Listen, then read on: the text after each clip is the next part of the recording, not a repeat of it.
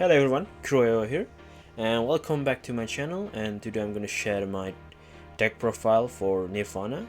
So Nirvana deck is all about of dressing and something like that, and you probably already see this deck profile somewhere before because this is not a new deck profile. This is kind of the same if you know the TG Liberian build, the drawing, although I modified a bit to my liking.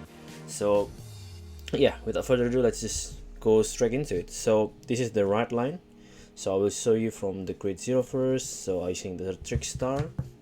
Why? Because you overdress a lot and you always want the trick star on the field. You want at least 2 of them, and yes, you can guarantee to get one, and you can guarantee to get the second one on your graveyard. So you always have the trick star to use to overdress, because this deck is really focusing on overdress, so that's why I use trick star. Although the minus thing is if you go second, you're not gonna get the extra draw. So if you're not comfortable with trick star as your starter, you want the second drawing thing, sure, you can change it. But for me, I like the consistency. I like to having the resource, the trick star that I need to overdress, so I put trick star as my starter. And the grade 1 is Reno. So when it's written by Ryu, you can search trick star from your deck. So this is your guarantee trick star. So yeah, just normal. When you read it by a place, you don't do anything and you get your trick star. And we have Ryu.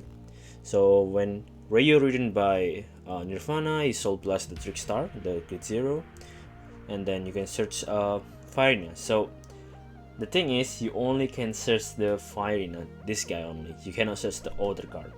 It's kind of sad, but again, it's gonna be broken if you can do that. So yeah, that's the thing. And the last one, we have Nirvana itself. So what Nirvana does is, if you can discard a card from your hand and call trick star from your drop. So that's why we use this trick star as our starter, because it's always on the drop and you always can call it with Nirvana. So yeah, that's it. And the second effect of Nirvana, which kind of rarely being used in this deck, although because it's my build, you can use it if you want to. So counter +1, you get 10k in the front, so it's attack pressuring effect. So yeah, that's all the Nirvana does. It's just Dragon Nation deck. You have huge number, pressure into enemy, critical, something like that. Easy, simple, and yeah, that's all it for the card deck. And let's start from the highest one. So the highest grade one we have is the grade 4, the Mr. Mahar Nirvana itself. Let me put it in front. You need 4 copies of this guy because, well, you want to draw him, you want to use this as a resource for using his effect. So what his effect is, during your turn, if you have unit in overdress state, so that's the thing, this deck is really overdress based. So if you have on your overdress state, you get 10k without doing anything, so that's really cool. And the second effect is really cool effect too. When once per turn, you can counter +1 and Soul Blast Nirvana from your soul or hand. Basically, the reason why you bring 4 of this, because you can discard this card too and put in the using as a resource, using as the cost for this effect, and then you can just deal 1 damage to your opponent. Really cool. really cool effect. Which kind of, but the sad thing is, if your opponent damage check offer trigger or something like that, that's kind of sad. But again, there's still a really cool effect, and you still want to bring 4 of this, triple drive check. Yes, that's the Mahar Nirvana. Okay, the second grade 4 is, well, it's Esperadia. So this is your final monster, usually the build up of your deck. If you know TG Liberian build, this is the build up. So you have Esperadia. I once played this deck and have 11 card behind him. It can get really big, 100,000 attack. Although yeah, you can still PG it, so that's not really a good thing. So what this card does, basically, when you overdress, you can take all the overdress card from your drop to him on behind him, and it can double attack. So the first attack is gonna be 13 or 23. Well, you usually always be 23 because you have Mahar. And then the second attack is you get 5k from all card behind him. So it's basically a buff Expecta. As for grade 4 itself, it's not really that overwhelming. It's kind of underwhelming if I say to you, because it's grade 4. It's only do double attacking, but the funny thing is you can still use the second effect without overdressing, so you can bring him on Eugene deck if you want to, but I never touched that. So yeah, bring 2. You don't want to bring too much of this because again you don't have any soul charging thing, so you won't gonna use this effect more than 1 or twice probably. And the first grade 3 we have Expecta. So this is have really cool combo with Expecta. So if you cannot solve blasting for the standing and you have Expecta on your hand, you can go on top of Expecta and get really big number. I do that once only though, but yeah, that's really cool.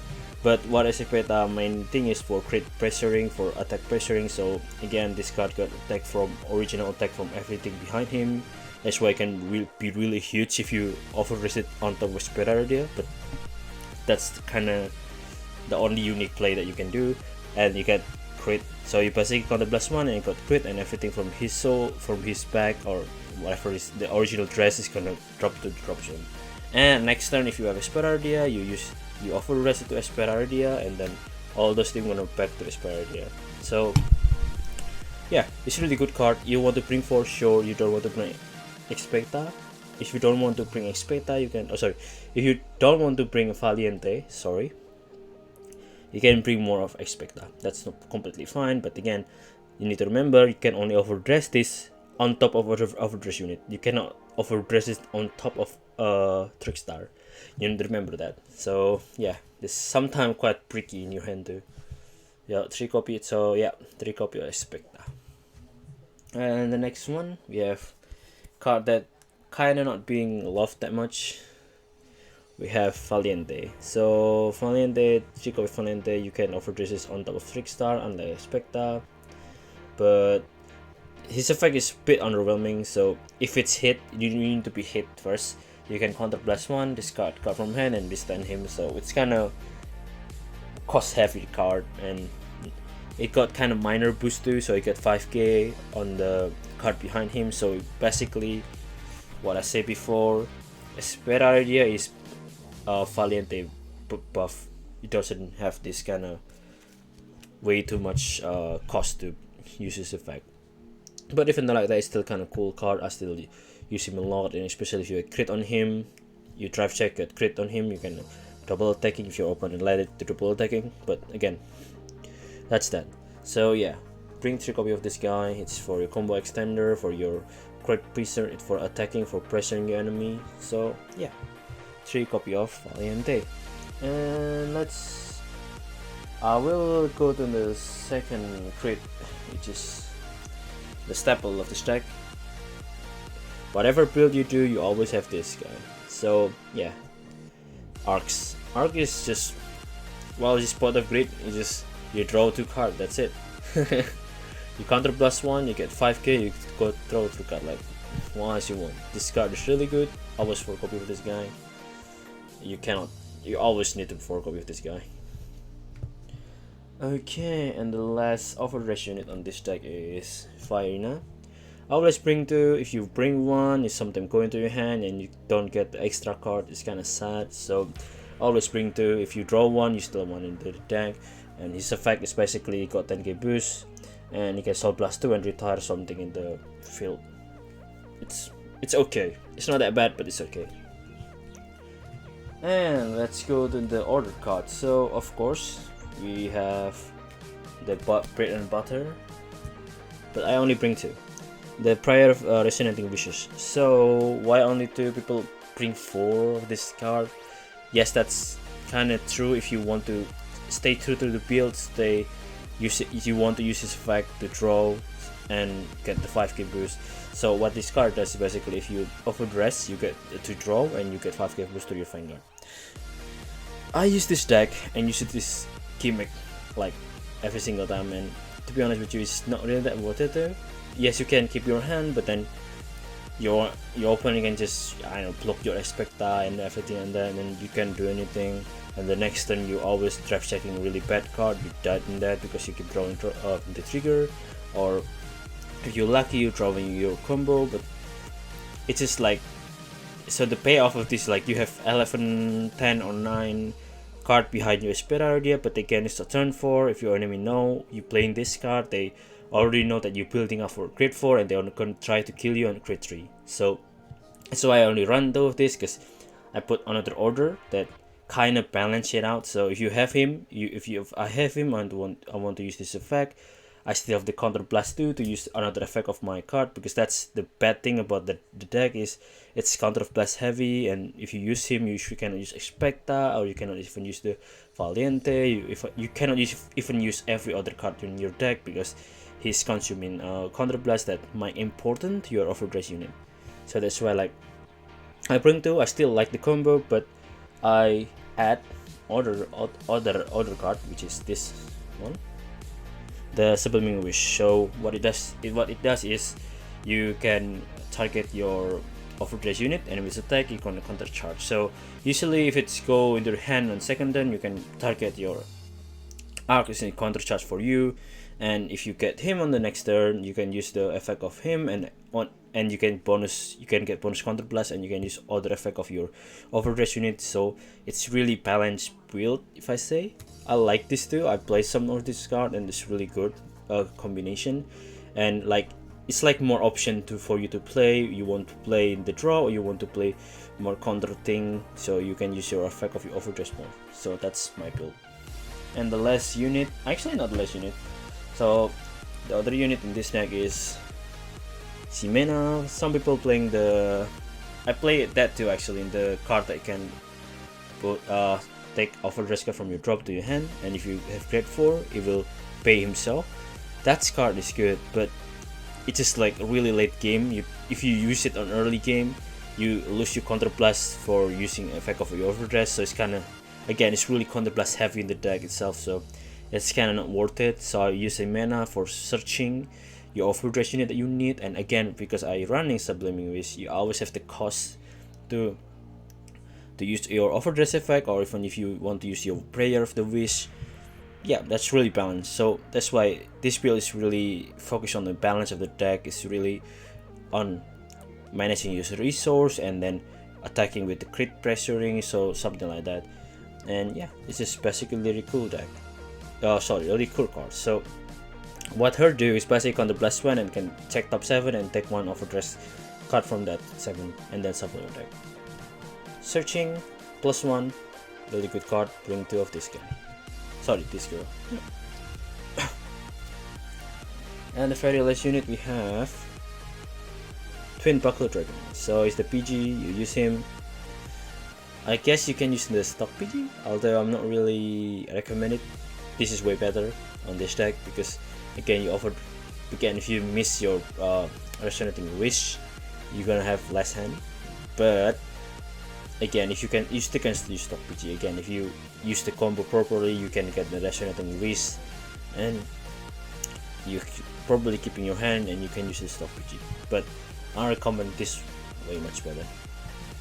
And for the trigger, which if you watch my video, you already know my ratio. So for trigger, of course, Dark Veda. If you sit on your crit 4 and you get Dark Veda, restand it, another triple drive check, really good. So that's a staple for Dragon Nation.